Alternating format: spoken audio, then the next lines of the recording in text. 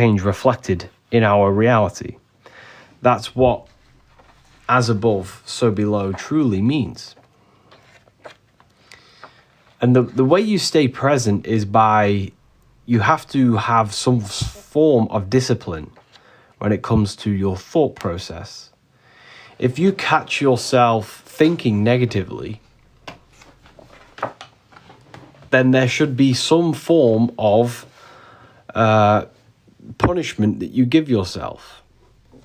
If you ever catch yourself thinking negatively, there should be some form of punishment that you should put yourself through. Because that is how you'll teach your self-discipline, how to rewire the way you think. So this is the Magician card from the tarot. Is anyone here familiar with the tarot? I'm pretty sure you should be familiar with the tarot, right? The tarot cards. However, they have a lot of mystical meaning in relation to understanding yourself. This is the tarot, right? It's a tarot card. Now, they have a lot of teachings, teaching you how to use the powers of the human mind or the psyche, right? So, who here knows what's going on? Does anybody here, let me know in the comments, do you know what's going on inside this image? What is it trying to show you in yourself? Well, of course, the first clue is the Magician, so it's obviously talking about magic. Magic. He is the designer. Yeah. As above, so below. Yeah, that would be correct, 100%. So, working with the elements. Yeah, you got the elements from the pentagram. That's great. So, what are we looking at here? So we're talking about magic. Now, in order to become a magician, most people think that magic is something to do with, changing reality with magic wands and things like that. However, it's much more symbolic of using the forces of consciousness. Okay? So magic is not about working with anything outside of ourselves. It is about working with ourselves and the different vehicles of consciousness that we can use to manipulate reality, right? So we can change forces inside of ourselves to produce change in the world outside of us. So this is what true magic is. So if you want to be a magician, you have to understand this symbolism. If you want to change your reality, you have to understand what this symbolism is. If you want to, create anything in your life, you have to understand the symbolism behind the Magician card from the tarot. Because this is teaching you how to change your reality, how to produce an effect in the material world. Okay?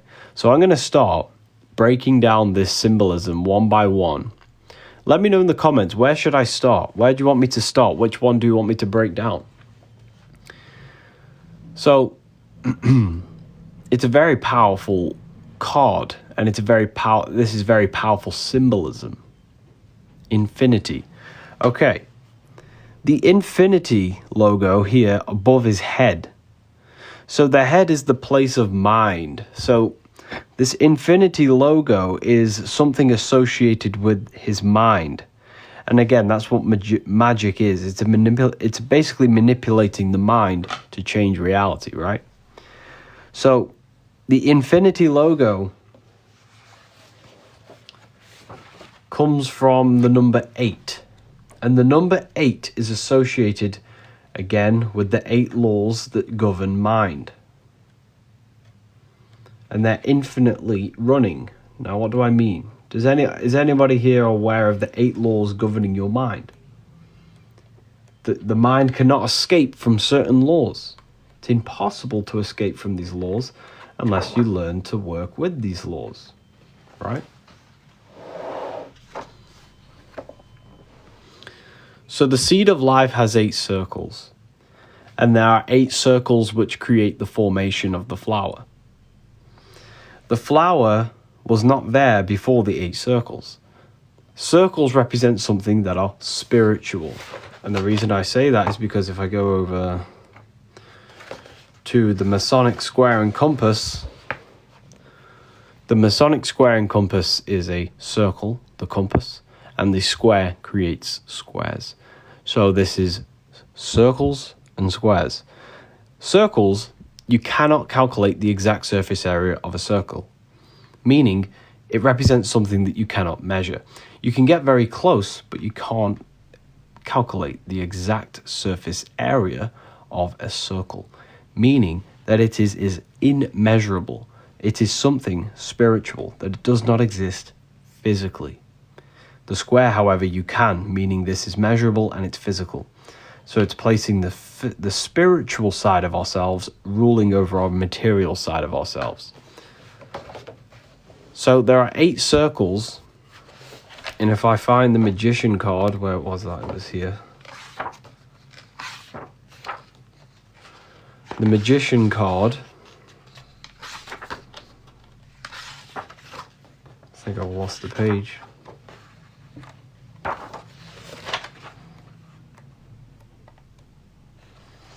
The magician card has the infinity logo above his head. So we're breaking down how to do magic, pretty much, right? Using the powers of the mind. So there is an infinity logo above his head symbolizing there's something to do with the mind.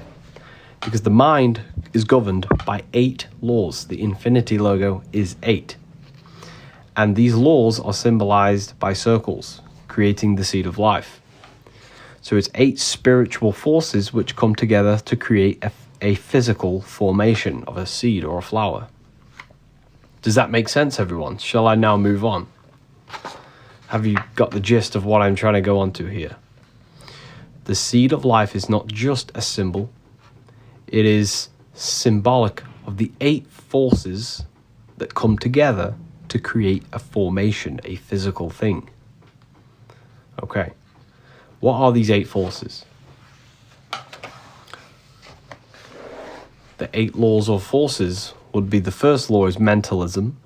The second law is vibration. Every thought in the mind has a vibration. Then it's correspondence, meaning everything is mind.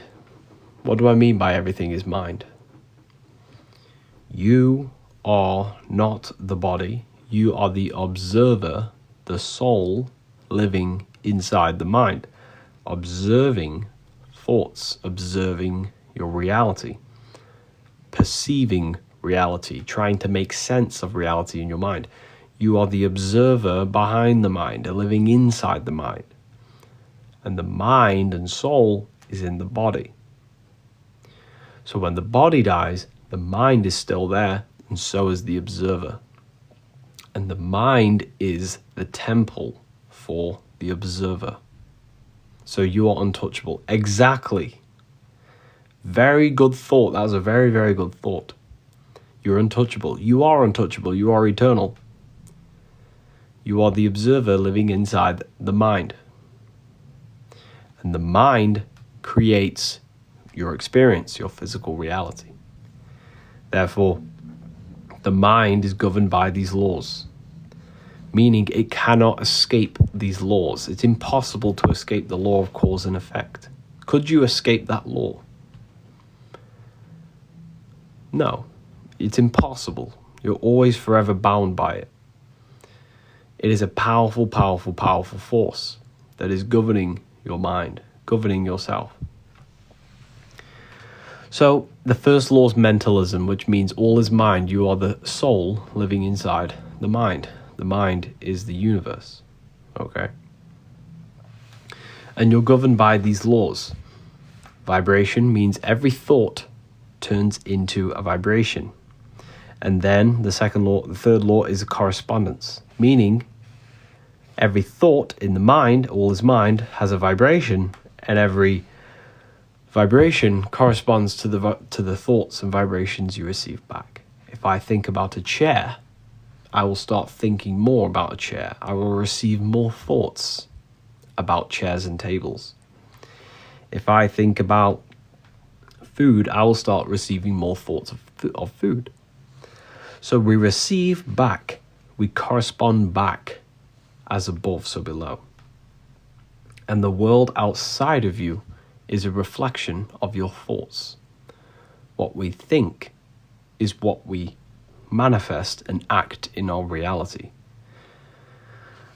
Cause and effect. So you get the point. The mind is governed by these 8 laws which crystallize a thought into a physical reality. So that's why the Magician card has an infinity logo symbolizing the number 8. And the reason why it's infinity is because the law that governs the mind is an infinite loop. When we think, we feel, and then it loops back round to another thought. When we produce a cause, the cause produces then effect, and then it creates another cause, then an effect. Cause, effect is just an infinite loop of the law that's governing us, right? So the mind is governed by 8 laws, an infinity loop, which is creating and crystallizing your mind into a physical action and physical reality. So a magician seeks to know the law and work with the law. The magician seeks to work with the law of cause and effect, with the law of cause and effect, polarity, correspondence. So, now you have a wand here, right? When you have a wand, you are directing the wand. You're pointing it at something. Meaning, the wand is something where you point and direct something. In Harry Potter, what do? They use a wand to direct energy and direct spells. The wand, remember, the first law is mind. All is mind. Therefore, the wand is symbolic of something in your mind. That would be willpower.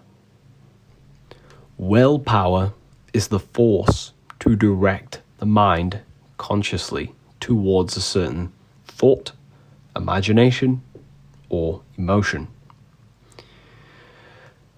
The wand is symbolic of directing the force of the mind.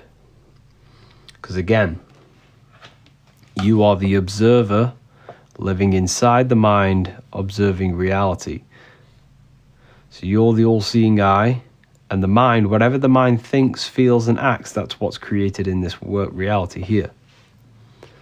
You're the soul living in the mind, and the mind lives in the body.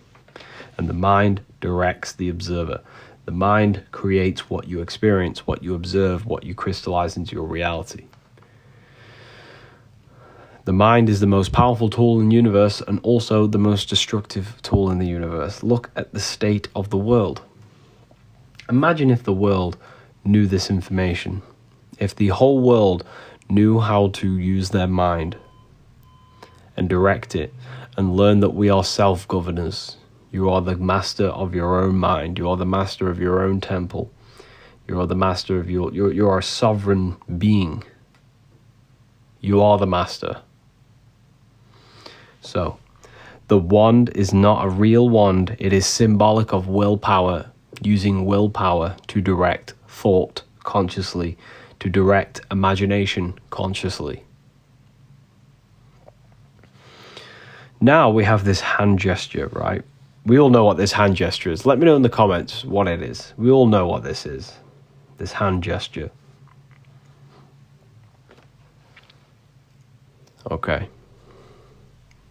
What is this hand gesture? We should know what it is. As above, so below. Yes, exactly. One of the most powerful laws in the 8 laws governing your mind. Correspondence. As above, so below. That which is outside of you corresponds to that which is inside of you. Meaning, your friends are a mirror of the way you think.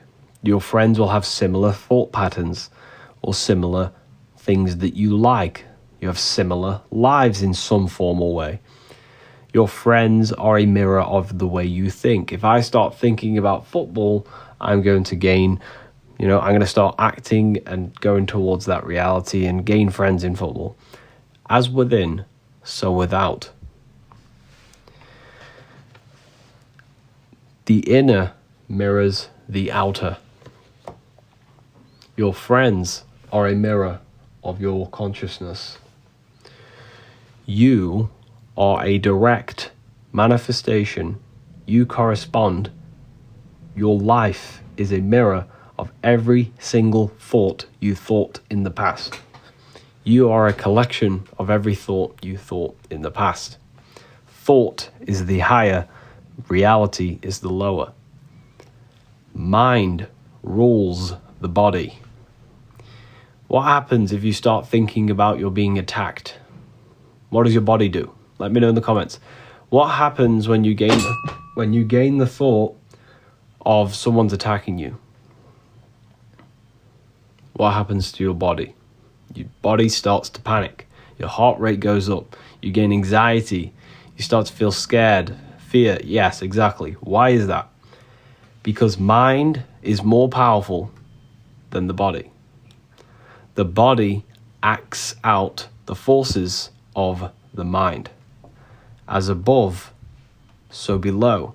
What is above is mirrored below. You think about good things, you start to feel good. Your body starts to feel relaxed. Your heart rate goes down. So,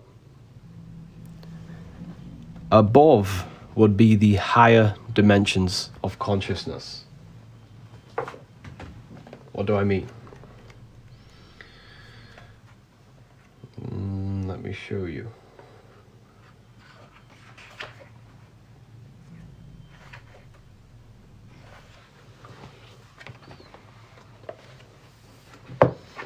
What is above is always below. So, this is what we call the astral vehicle of consciousness. This is what we call the astral vehicle. Now, the astral vehicle of consciousness is a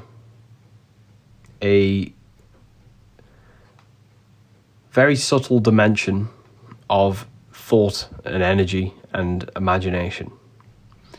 So, just above the physical world, just above, what sits just above the physical world is what we call the astral world.